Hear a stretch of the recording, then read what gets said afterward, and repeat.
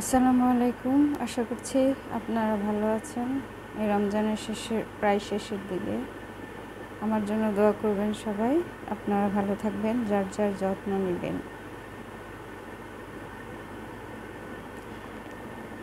এখন বর্তমানে সৌদি আরবে লোক নেওয়া হচ্ছে এবং ইউরোপিয়ান কান্ট্রিতেও লোক নেওয়া হচ্ছে ওয়ার্ক ভিসায়।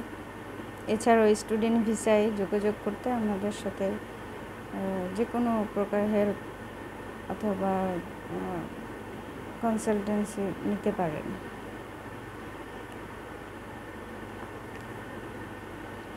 আরেকটি কথা আপনাদেরকে বলতে চাই, আপনারা আমাদের পারিপার্শ্বিকতা আমাদেরকে শেখায় যে আমরা যেন সবাই সমাজে চলতে ফিরতে একটা ভালো চাকরি করি, তাতেই আমাদের জীবনের সফলতা। সেটা ঠিক আছে, তার পাশাপাশি নিজেরা উদ্যোক্তা হন। অনেক ধৈর্য ধরে যদি উদ্যোক্তা একবার হতে পারেন, তাহলে নিজেদের ইনকাম নিজেরাই খেয়ে শেষ করতে পারবেন না। কারণ আল্লাহ তো এখানে রিজিকের ব্যবস্থা, সর্বোচ্চ রিজিকের ব্যবস্থা রেখেছেন।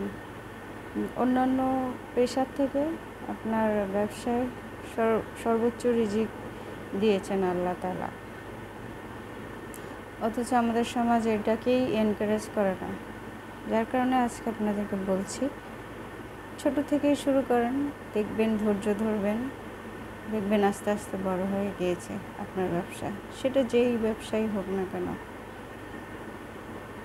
চার ব্যবসায়ী হোক অথবা বড় বড় কোম্পানি, যে কোনোটাই হোক না কেন, শুরু করেন সাহসের সাথে, ধৈর্য ধরেন। শুধু যে টাকা দিলেই ব্যবসা হয় তা না, বুদ্ধি থাকতে হয়। আর অবশ্যই আল্লাহর দান তো থাকতেই হয়। আল্লাহর হাতছানি ছাড়া, আল্লাহর আদেশ ছাড়া তো কেউই সাফল্য লাভ করতে পারবো না।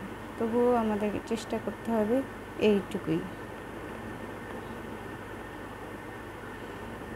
আর সবাই চেষ্টা করবেন কোরআনের আয়াতগুলো বাংলায় তর্জমা সহ বুঝে পড়ার, যাতে নিজেকে ঠকা থেকে বাঁচাতে পারেন।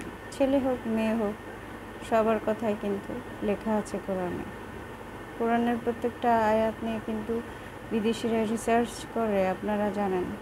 শুধু আমরাই পড়ি না, আমরা আমাদের দৈনন্দিন জিনিসপত্র পড়ি, কিন্তু আসল যেই বিদ্যাটা আমাদের অর্জন করার দরকার, সেটার থেকেই আমরা পিছিয়ে পড়েছি। এই জন্য দেখেন আমরা পৃথিবীর থেকে কত পিছনে বাংলাদেশ। আশা করছি সামনের দিনে এগিয়ে যাবে আল্লাহর অশেষ রহমতে। এবং অবশ্যই আমাদেরকে চেষ্টা করতে হবে, কারণ যে জাতি যেমন তার শাসকও তেমনি হয়। আমরা যদি নিজেদের জন্য সাহায্য না করি, তাহলে সাহায্যটা আসবে কোত্থেকে? স্বপ্ন নামে আমি একটি কবিতা লিখেছিলাম, এখন আবৃত্তি করব।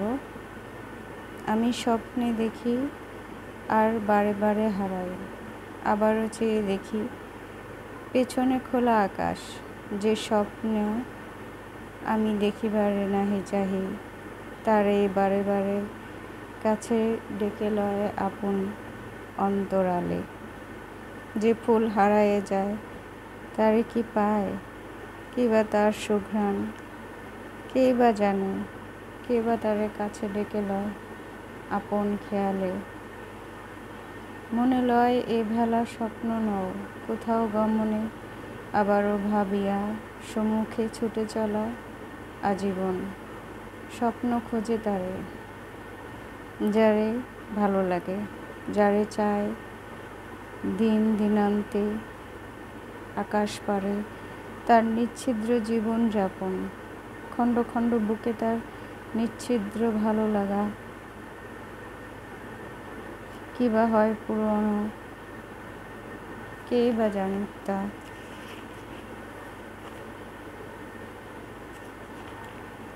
তবুও অন্তরালে ফিরে দেখা, আয়নারে বলা, হে সমুদ্র তুমি কেন বারে বারে আপন খেয়ালে ভুলিয়া যাও আবারও ছুটে চলা, দিগন্ত হতে সীমানা অবধি। কোথায় তার শেষ? অবিরাম ছুটে চলার ইতিতে ক্ষান্ত হই, যেথায় যায় উড়ে স্বপ্নের সব ভেলা। তারে ডাকিয়া লয় কে যেন ভুলিয়া যায় দেখা আর না দেখার প্রশ্ন। এ তো শুধু তোমারে লইয়া আমারও দেখা স্বপন দোলা। কবে জাগিয়া দেখি শিওর পানি চাহিয়া রয়, এক অকাল কুক্ষণে তার ডাকে ঘুম ভাঙে। কি জানি আবার মিলাইয়া যায় ওই যে ওই পথের মাঝে, সে যে স্বপ্ন আমার চির অমর স্বপ্ন জানি যার। ধন্যবাদ, সবাই ভালো থাকবেন। এটা লিখেছিলাম 2004-এ। সবাই নিজের যত্ন নেবেন, সবার ভালো থাকবেন। আল্লাহ হাফেজ।